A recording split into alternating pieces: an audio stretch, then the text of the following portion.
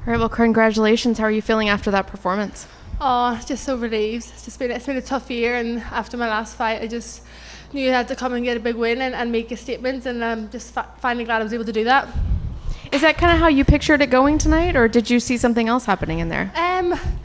Like what happened tonight is literally what we drill day in, day out with Paul and Alice, my team at Next Gen.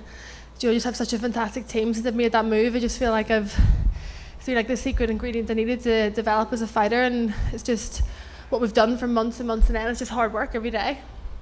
Was there any pressure going in on a card that's so big, everybody's watching this card that holds a lot of importance to Bellator? Was there any extra pressure there? I think it was because a lot of people felt I won that last fight, and the female featherweight title fight was tonight, and I kind of had a bit of a chip on my shoulder. It should have been me fighting, so yeah, I did have pressure, but I think I finally believed in myself and my team, and we've had such a strong camp, and was able to finally kind of show that performance. Do you think you'll get that next shot then after this performance if Bellator sticks around? Yeah, 100%. Is there any pressure knowing that there is a little bit of a up in the air about what's happening with, the promotion? Maybe there won't be a Bellator next year. Is there anything how do you remain positive knowing that there may not be a future? I think what I felt tonight was that I had to just focus on this fight and get a big win, and there'll be many doors open. I'm Bellator through and through, and I want to be the featherweight champion here. It's got the best division in the world, the best female fighters, so hopefully that next fight is me and the winner of the title fight tonight. It was hard for us to see back here, but it looked like after the fight you spoke with Rhonda's mom. Can you tell us what that was about? Yeah, I think me and Molly always say Rhonda was the one that we kind of motivated us to believe that we could be female fighters, and to see her mum here tonight was unreal, and she said she liked my throws, so yeah. I've been reading Rhonda's book all week. I've read it so many times, and it's just nice to see her. Is it interesting to know that now you're that girl that people are watching that are inspired by? Yeah, I suppose I don't really think about it like that. I just think I've got a job to do. I want to be the best in the world. I want to be the best version of myself, and that's just what I focus on. Thank you. Speaking of Ronda Rousey, did you know the last time Sara McMann was finished via TKO was the Ronda Rousey fight in 2014? Yes, something we were talking about in the gym, go for knees, but we did drill the exact same position on the ground, so yeah, that was nice. That's nice. Yeah, it certainly adds to it. And was how much pressure was there going into this fight? Because again, McMann, probably one of the biggest opponents you fought. There's potentially a title shot on the line. How much pressure were you feeling heading into this monumental card? I always say it from the start of my career, being on massive cards, main events, co-main events.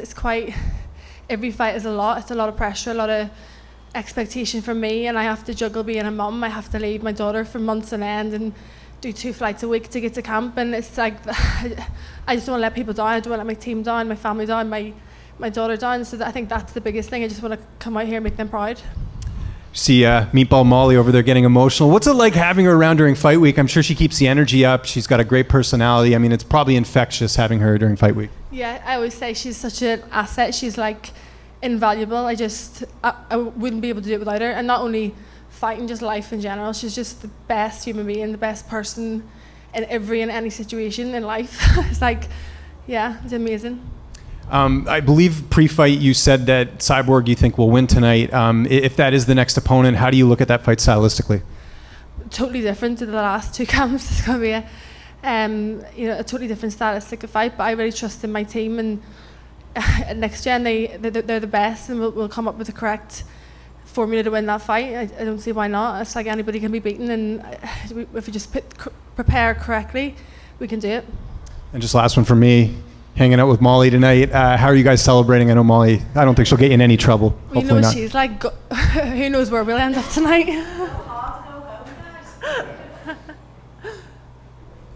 Hey, how's it going, Leah? Yeah, good. MMA Locker Room, part of Pub Sports Radio. I just got a few questions for you. So it seems like before your last fight with Kat Zingano, you were doing a lot of commentary and stuff like that and studying fighters. You actually said when I spoke to you about her, you studied her like a nerd. Did you do the same thing with Sara McMann this time? Yeah, our team, we do breakdowns. We watch a lot of our opponents at this level. You can't really just go in and wing it. You have to know their strengths and what they're good at, and it's at the highest level. So we had to do a lot of wrestling. Shout out to my training partner Jake. He's here. Comes and gives 120% every single day in every single session. So we did so much work in camp for this fight stylistically. And then this is your first ground and pound finish. So after getting that first ground and pound finish in Bellator, do you feel a little bit different afterwards? Do you feel like you want to do that McGregor walk or stroll or anything? So what was that last bit? This is your first ground and pound finish in Bellator. Do you feel a little bit different after getting that victory? Does it make you want to, maybe walk up and do that McGregor strut roll? No.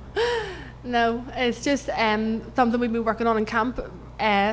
Being a bit more vicious and looking for the finish, and rather than submissions or stuff like that. I think it's what Paul, my coach, have been working on, is trying to be more aggressive on the ground and not worry about passing too much, just trying to land big shots on the ground.